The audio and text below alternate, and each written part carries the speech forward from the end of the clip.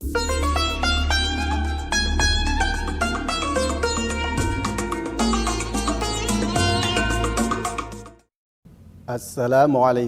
warahmatullahi wabarakatuh. Alhamdulillah wa syukurillah ala ni'amillah. Wassalatu wassalam ala rasulillah Sayyidina Muhammad ibn Abdullah wa ala alihi wa sahbihi wa man tabi'ahu wa man wala wa la hawla wa la quwwata illa billah. Allahumma salli ala Sayyidina Muhammad wa ala ali Sayyidina Muhammad, amma ba'du. Allah Subhanahu wa ta'ala berfirman dalam surat Al-Furqan ayat 67. A'udzu billahi minasyaitonir rajim. Bismillahirrahmanirrahim. Walladzina idza anfaqu lam yusrifu wa lam yaqtaru wa kana baina dzalika qawama. Para pemirsa yang dimuliakan Allah Subhanahu wa ta'ala, syukur alhamdulillah pada kesempatan hari ini kita semua dalam lindungan Allah Subhanahu wa ta'ala. Bersyukur kita atas berbagai limpahan rahmat, taufik, hidayah, dan wabil khusus kita diberikan satu nikmat yang paling besar, yaitu nikmat iman, nikmat Islam, dan juga nikmat ihsan. Dan tak lupa pula bahwasannya wujud rasa syukur kita perlulah kita buktikan, yaitu dengan cara meningkatkan keimanan dan ketakwaan kita kepada Allah Subhanahu wa ta'ala. Para pemirsa yang dimuliakan Allah Subhanahu wa ta'ala, Islam memiliki kesempurnaan di dalam mengatur kehidupan manusia, dan khususnya juga terkait bagaimana seorang mengatur keuangan di dalam kehidupannya. Karena dengan mengatur pola keuangan, maka sesungguhnya dia berupaya bagaimana mengikuti apa yang diajarkan oleh Allah dan Rasul-Nya dalam rangka meraih kebahagiaan baik di dunia maupun di akhirat. Dalam ekonomi Islam terdapat 3 tingkatan preferensi dalam mengatur kehidupan manusia, yaitu daruriyat sebagai kebutuhan primer, hajiyat sebagai kebutuhan sekunder, dan yang ketiga yaitu tahsiniyat, kebutuhan tersier. Maka dalam kaitan ini, seorang muslim tentunya dapat mengaitkan di dalam pengelolaan keuangannya bagaimana kebutuhan-kebutuhan yang menjadi mendasar itu perlu didahulukan terlebih dahulu. Maka prioritas di dalam pengelolaan keuangan tentunya harus diperhatikan. Maka yang pertama yaitu terkait bagaimana kebutuhan yang mendasar, yaitu kebutuhan sehari-hari, itu harus terpenuhi terlebih dahulu. Prioritas menurut Islam yang pertama yaitu mencukupi untuk kebutuhan sehari-hari, yang mana diantaranya yaitu kebutuhan untuk makan, kebutuhan untuk minum, dan juga kebutuhan untuk tempat tinggal yang layak. Maka seorang muslim yang pandai mengatur keuangan tentunya harus menggunakan pengeluaran itu dengan sebaik-baiknya.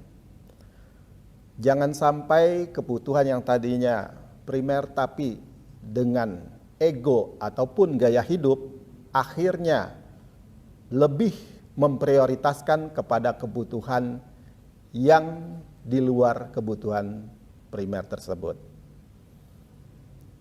Allah Subhanahu wa ta'ala mengingatkan bahwasannya kita harus mampu untuk menggunakan harta tersebut dengan sebaik-baiknya. Jangan sampai kebutuhan yang primer justru tergeser dengan kebutuhan di luar kebutuhan yang mendasar. Dan juga jangan sampai kita lebih banyak menggunakan pengeluaran tersebut untuk hal-hal yang tidak bermanfaat. Allah Subhanahu wa taala berfirman, A'udzubillahi minasyaitonirrajim. Wallazina idza anfaqu lam yusrifu wa lam yaqturu wa kana baina dzalika qawama. Yang artinya, dan orang-orang yang apabila dia berinfak, membelanjakan hartanya, lam yusrifu, dia tidak melebihkan, walam yaqtur, dan juga tidak kikir, wa kana baina dzalika qawama, tetapi ia membelanjakan hartanya berada di tengah-tengah di antaranya. Maka tentunya umat Islam harus mampu bagaimana mengelola keuangan untuk hal-hal yang sifatnya menjadi prioritas.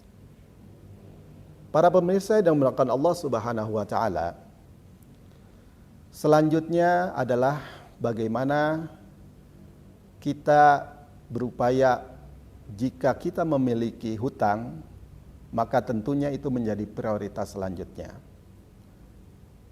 Di dalam Islam, berhutang itu diperbolehkan selagi memang dalam keadaan yang mendesak dan juga menjadi kebutuhan yang memang diperlukan.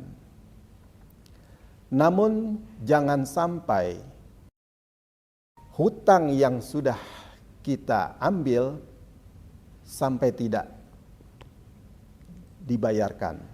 Karena sesungguhnya hutang itu akan menggantung ketika nanti seseorang akan menghadap Allah Subhanahu wa taala. Sabda Nabi SAW, nafsul mu'mini mu'allaqatun bidainihi hatta yuqda anhu. Jiwa seorang mukmin itu akan menggantung sampai dia melunasi hutangnya. Maka oleh sebab itu, perkara hutang ini menjadi prioritas berikutnya.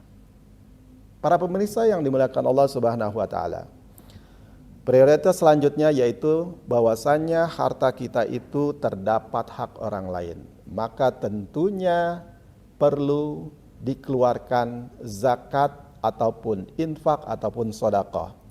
Karena dengan mengeluarkan dari sebagian harta kita di jalan Allah, sesungguhnya itu akan membuat harta tersebut menjadi bersih dan juga suci.